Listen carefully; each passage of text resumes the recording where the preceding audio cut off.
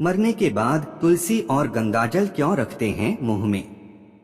मित्रों, एक दिन नारद मुनि नारायण नारायण का जाप करते हुए वैकुंठ लोक में आते हैं। फिर नारद मुनि को देख श्री हरि विष्णु और माता लक्ष्मी मुस्कुराते हुए बोले, हे वत्स, 8 किस प्रयोजन से वैकुंठ में आना हुआ? तब देवर्षि नारद श्री हरि और माता लक्ष्मी को प्रणाम करते हुए बोले, हे प्रभु, मेरे मन में एक शंका है, कृपया मेरा मार्गदर्शन करें। तब श्री हरि बोले, हे नारद, क्या है तुम्हारा शंका? कृपया बताओ तो तुम्हारे शंका का निवारण करके हमें प्रसन्नता होगी। तब नारद मुनि कहते हैं, हे प्रभु, जब कोई मनुष्य मृत्यु के बाद तुलसी पत्र का जल अपने मुख में पाता है तथा रोज तुलसी में जल देने से क्या होता है तथा उस मनुष्य को कौन से फल की प्राप्ति होती है?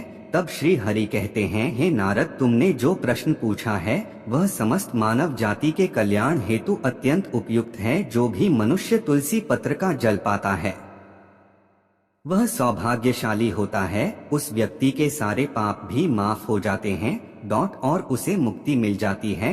फिर मित्रों, आगे श्री हरि कहते हैं, हे मुनि, तुलसी पत्र के संबंधित मैं आपको एक पवित्र कथा सुनाता हूँ। आप इसे ध्यान से सुने। तब देवर्षि नारद कहते हैं, प्रभु, मैं इस कथा को पूरे ध्यान से सुनूंगा और लोक कल्याण हेतु इस कथा का प्रसार भी करूंगा। मित्रों, कथा आरंभ करते हुए श्री हरि कहते हैं कि नारद, गंगा तट के किनारे एक भी परिवार रहता था जिसमें 7 भाई अपनी बहन के साथ रहते थे। उनके माता पिता किसी बीमारी के कारण गुजर गए। बहन सबसे छोटी थी और वह मेरी बहुत बड़ी भक्त थी। वह हर दिन सुबह तुलसी में जल चढ़ाती, नित्य रूप से पूजा पाठ करती थी। यह 7 भाई हर रोज जंगल में जाकर शिकार करते थे और जो भी मिले उसे घर लाकर पकाकर खाया करते थे। उनका यही नित्य काम था। और बहन घर के काम करके भाइयों की सेवा करती थी, उनके लिए खाना बनाती थी। फिर एक दिन उसका हाथ एक छुरी के कारण मछली को काटते हुए कट गया। फिर उसके हाथ से खून बहने लगा। तो उसने जब उस रक्त को दीवार से पहुंचना चाहा तो सोचा कि भाइयों को इस बात का पता लगने पर उन्हें बुरा लगेगा। अगर कपड़ों को पूछ लूं तो वह भी उनकी नजर से नहीं बच सकता, इसलिए उसने उस रक्त को मछली की सब्जी में ही मिला दिया। और जब रात को भाइयों ने सब्जी को खा लिया तो वे उंगलियां चाटते ही रह गए। उन्हें वह खाना बहुत पसंद आया। फिर सबसे बड़े भाई ने बहन से पूछा कि आज खाने में क्या मिलाया है जो इतना स्वादिष्ट बन गया है? तो उसने कुछ भी नहीं बताया, किंतु सारे भाइयों के बार बार आग्रह करने बावजूद भी उसने उन्हें नहीं बताया। फिर अगले दिन खाने का स्वाद पुराने जैसा ही था, इसलिए बड़े भाई ने बहन को कसम दिलाई कि उसने खाने में क्या मिलाया था। तब बहन ने अपने हाथ के रक्त के बारे में उसे बता दिया। फिर मित्रों, श्री हरि कहते हैं, हे नारद, बड़े भाई के कुटिल दिमाग में एक बुरा ख्याल आया कि क्यों ना हम अपनी बहन को ही मारकर खा जाएं, क्योंकि उसके रक्त की चंद बूंदे ही इतनी स्वादिष्ट थी, तो फिर उसका मांस कितना स्वादिष्ट और मुलायम होगा। फिर अगले दिन बड़ा भाई अपनी वह कुटिल योजना सारे भाइयों को बताता है और सबसे छोटे भाई को छोड़ सारे भाई राजी भी हो जाते हैं। तब बड़ा भाई अपनी बहन की हत्या करने की साजिश बना लेता है। मित्रों, फिर श्री हरि कहते हैं, हे नारद, दूसरे दिन वे सभी बहन की शादी कराने हेतु उसे दूसरे गांव चलने के लिए मना लेते हैं। फिर वे सभी अपनी बहन के साथ रास्ते की एक छोटी गुफा में ले जाकर उसे बांध देते हैं और उस पर बाणों से वार करना शुरू कर देते हैं। तभी उस स्त्री ने मन ही मन ईश्वर की प्रार्थना करते हुए कहा कि हे प्रभु, अब आप ही मेरी रक्षा करें। तब एक चमत्कार हो जाता है। सबसे बड़ा भाई बाण तो चलाता है लेकिन वह निशाना चूक जाता है। उसका निशाना बार बार चूक जाता है। फिर दूसरे भाई भी एक एक करके बाण चलाते हैं, फिर भी उन सभी का निशाना चूक ही जाता है। अंत में सबसे छोटे भाई को बाण चलाने को कहते हैं किंतु वह मना कर देता है। तब सभी भाई उसे ही जान से मारने की धमकी देते हैं। तो बहन स्वयं मुझसे विनती करती हुई बोली, हे प्रभु, अब आप मेरे छोटे भाई की रक्षा करें और मेरे प्राण ले। ऐसा कहते ही सबसे छोटे भाई का बाण बिना निशाने के ही बहन के सीने को भेद जाता है। तब वे सारे 6 भाई अपनी ही सभी बहन को काटकर पकाते हैं और आपस में परोस हैं। और अंत में सबसे छोटे भाई को उसका सिर खाने को देते हैं। वह अत्यंत दुखी होकर मन ही मन बहुत रोता है। और उसने अपनी कपड़ों में एक मछली का टुकड़ा छुपा के रखा था, तो उसने उसी मछली को ही खाने में मिलाकर खा लिया। खाते समय उसने अपने पात्र के नीचे एक छोटा सा गड्ढा खोदकर उसमें अपनी बहन के सिर और हाथ पैर के टुकड़े डाल दिए। फिर वे सब वहां से चले जाते हैं। फिर श्री हरि कहते हैं, हे नारद, दूसरे दिन छोटा भाई उसी जगह पर आकर एक बांस का पेड़ अपनी बहन की याद में लगा देता है और उसे रोजाना पानी देता है।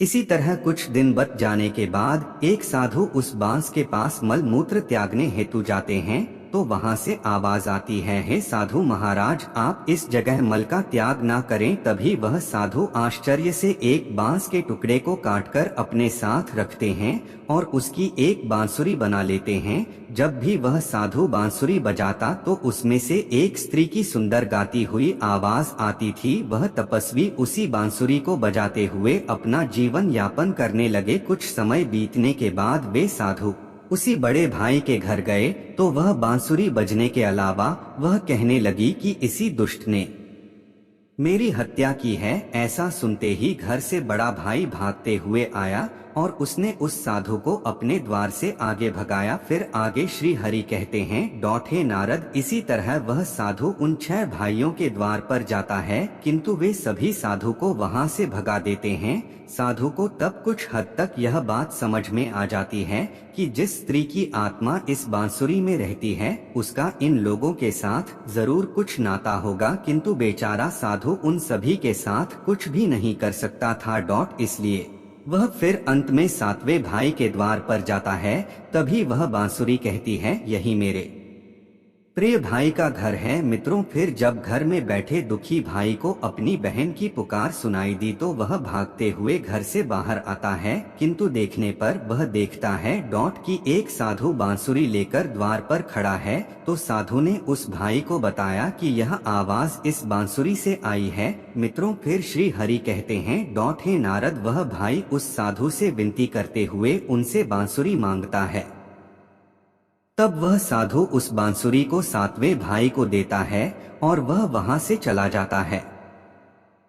फिर वह भाई भी अपनी बहन की आवाज वाली बांसुरी बजाता है, तो वह उसे कहती है, हे भाई, मुझे पता है कि तुम मुझसे बहुत प्रेम करते हो, किंतु मेरी मुक्ति के लिए तुम हर दिन घर की तुलसी में जल चढ़ाओ तथा भगवान श्री हरि की पूजा पाठ और नित्य सेवा करो। अपनी बहन की आत्मा की बातों को मानकर वह भाई नित्य रूप से तुलसी में जल देता और घर में पूजा पाठ करता था। फिर श्री हरि कहते हैं, हे मुनि, मैं उस भाई की पूजा पाठ और उस मरी हुई बहन के आत्मा के प्रति प्रेम से भावुक हो गया। फिर एक दिन जब वह भाई तुलसी को जल देते हुए मन ही मन मेरा नाम का जप कर रहा था, तब स्वयं मैं उसी तुलसी के पौधे से उस गरीब भाई के घर में प्रकट हुआ। मेरे तुलसी के पौधे से प्रकट होने से वह भाई तुरंत मेरे शरण आया और सच्चे मन से मेरी स्तुति करने लगा। मित्रों, फिर श्री हरि कहते हैं, हे नारद, तब मैंने उस भाई को तुलसी पत्र का जल उस बांसुरी में डालने को कहा और उसने मेरे नाम लेते हुए उस बांसुरी में तुलसी पत्र से जल डाला, तो मेरे आशीर्वाद से उस स्त्री का पुनर्जन्म होकर वह स्वयं उस बांसुरी से बाहर आ गई। तब उन दोनों भाई बहन को मैंने तुलसी के संबंध में महत्वपूर्ण ज्ञान दिया था, वह अब आप भी ध्यान से सुने। तुलसी को मेरी पत्नी लक्ष्मी का ही रूप माना जाता है। तुलसी में हर रोज जल चढ़ाने से जीवन की सभी परेशानियां दूर होती हैं और सुख शांति आती है और धन का लाभ होता है। तुलसी में जल चढ़ाते समय चंदन का तिलक लगाना शुभ माना जाता है। तुलसी में जल चढ़ाने का सही समय सूर्योदय से लेकर उसके 2 से 3 घंटे बाद तक का ही होता है। तुलसी में हमेशा संतुलित मात्रा में ही जल चढ़ाना चाहिए। तुलसी के पौधे में रविवार को जल नहीं चढ़ाना चाहिए। शाम के समय यानी कि सूर्यास्त के बाद तुलसी के पौधे में दीपक नहीं जलाना चाहिए। मंगलवार को तुलसी में जल देने से विष्णु जी और लक्ष्मी जी दोनों ही प्रसन्न होते हैं। तुलसी को अन्य वनस्पतियों में से शुभ और मंगलकारी माना जाता है। रोज सुबह स्नान के बाद तुलसी में जल अर्पित करने से जीवन के दुर्भाग्य दूर होते हैं। मित्रों, आगे भगवान श्री हरि कहते हैं, मृत्यु ही जीवन का परम सत्य है। मृत्यु उपरांत व्यक्ति का विधि पूर्वक अंतिम संस्कार करने का विधान है। जिससे उसके शरीर को मुक्ति मिल सके और वह एक शरीर को त्याग कर दूसरा शरीर धारण कर सके। उसी प्रकार से जब व्यक्ति मोक्ष की प्राप्ति करता है तो उसे सभी पापों से मुक्ति मिलती है।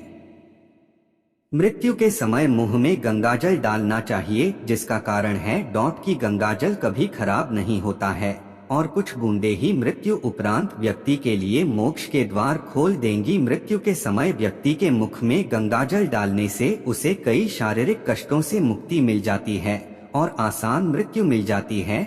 यदि मृत्यु के समय व्यक्ति के मुंह में तुलसी की पत्तियां रखी जाती हैं, तो मरने वाले व्यक्ति की आत्मा को भगवान विष्णु का आशीष प्राप्त होता है और संसार की मोह माया से मुक्ति मिलती है। वही नहीं, शरीर के सारे कष्ट दूर हो जाते हैं और आत्मा सभी बंधनों से भी मुक्त हो जाती है। तुलसी के नाम से ही यमलोक में जो कष्ट देने वाले राक्षस है वह शांत हो जाते हैं और यम मार्ग आसान हो जाता है तथा मोक्ष मिलता है। इसीलिए मोक्ष के लिए ही गंगाजल और तुलसी का सेवन मृत्यु के समय किया जाता है। तो मित्रों, मैं आशा करता हूँ कि आपको यह कथा और जानकारी पसंद आई होगी और यदि इस चैनल को सब्सक्राइब कर वीडियो को लाइक एवं शेयर जरूर करें और कमेंट बॉक्स में जय श्री कृष्ण अवश्य लिखें। धन्यवाद।